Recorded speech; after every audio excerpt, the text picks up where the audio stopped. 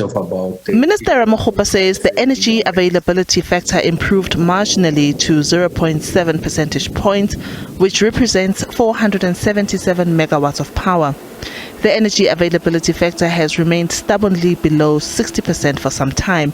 This and other factors have seen consistent higher stages of load shedding. Ramokgopa says the 2nd of June was a momentous occasion. We reached a 60% energy availability factor. Just to put it into context, the last time we reached an energy availability factor of 60% on a specific day was on the 2nd of September 2022. And when we started May, the improvement in relation to the energy availability factor is about 7 percentage points.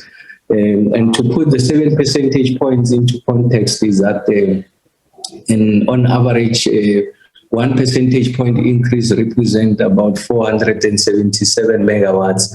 So if you have a 77 percentage point increase, so you can see that you are reaching 3,000 megawatts, of additional generation. So essentially talking about 3 stages of load shedding. Although the electricity grid is still vulnerable, the intensity of load shedding has stabilized in recent days. Scheduled outages are now stopped during the day, giving businesses and households some breathing room. In the last briefing, I indicated that we are targeting Matla, Grill, Kendal, and Majuba, and we have also set targets for the attainment of or the improvement in the energy availability factor. And also for those stations, we have also identified what are the actions that needs to be taken. So we're isolating those areas that are responsible for the regularity of the units being taken out, and those areas that account for the most megawatts being taken out at each and every one of those stations. And working with the private sector, of course, we are adding additional capacity to work with the station managers.